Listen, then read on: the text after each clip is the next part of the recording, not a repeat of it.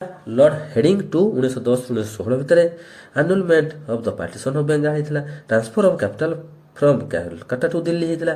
ଦିଲ୍ଲୀ ଦରବାର and coronation of George V and queen establishment of Hindu Mahasabha by Madan Mohan Malviya 1915 କେବେ Lord heading 2ଙ୍କ ଟାଇମ୍ରେ ହେଇଥିଲା ହେଲା। 1911 କ'ଣ ଥିଲା ଦିଲ୍ଲୀ ଦରବାର by lord Hardinge. Chief guest କିଏ ଥିଲେ George fifth and queen Marie.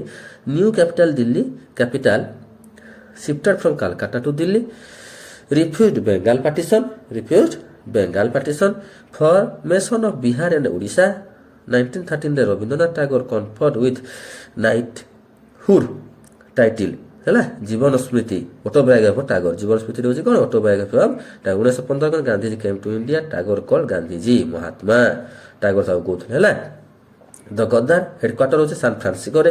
1913 କ'ଣ ଥିଲା ଗଦ୍ଦାର ପାର୍ଟି ହେଇଥିଲା ଇନ୍ ସାନ୍ ଫ୍ରାନ୍ସିସ୍କୋ ୟୁଏସ୍ଏ ହେଲା। ସାନ୍ ଫ୍ରାନ୍ସିସ୍କୋରେ କୋଉଠି ୟୁଏସ୍ଏରେ। ଫାଉଣ୍ଡର ଲାଲା ହରଦୟାଲ କରତାର ସିଂ ଅବଦୁଲ ହଫିଜ ବରକତୁଲ୍ଲା ହେଲା।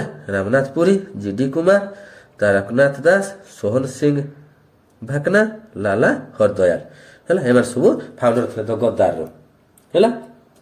ଏଗୁଡ଼ା ସବୁ ଭଲସେ 4-5 ଫୁଟ ପଢ଼ିବାକୁ ପଡ଼ିବ। ନେକ୍ସଟ ଯିବା ଆମେ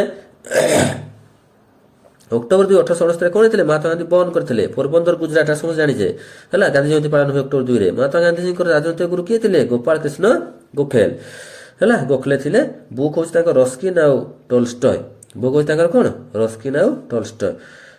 ଭୂ କର ହଳତାଳ ଆଉ ହେଲା ଅହିଂସା ଆନ୍ଦୋଳନ ହେଲା। ତାଙ୍କର ଜାନୁଆରୀ 1915 ଗାନ୍ଧିଜୀ କମ୍ back to India from south Africa ହେଲା। କୋଉଠି ଯାଇଥିଲେ ସାଉଥ ଆଫ୍ରିକାରୁ। ପ୍ରବାସୀ ଭାରତୀୟ ଦିବସ NRI ଡେ ଏଟାକୁ ପାଳନ ଆମେ କରୁଛେ ବୁଝା। ଜାନୁଆରୀ 1915 ତିଆରି ହଉ ଜାନୁଆରୀ 9କୁ। Khan Abdul Ghaffar Khan a loyal follower of Gandhi also called frontier Gandhi ଓ ସୀମାନ୍ତ ଗାନ୍ଧୀ। ଖାନ୍ ଅବଦୁଲ ଗଫର ଖାନ୍କୁ ଆମେ କହିଥାନ୍ତି ବୁଝି ହେଲା। ଲୟାଲ ଫଲୋଅର ଅଫ୍ ଗାନ୍ଧୀ ଯୋଉଟାକି ଆମେ କଲ୍ଡ ଫ୍ରଣ୍ଟିୟର ଗାନ୍ଧୀ ବା ସୀମାନ୍ତ ଗାନ୍ଧୀ।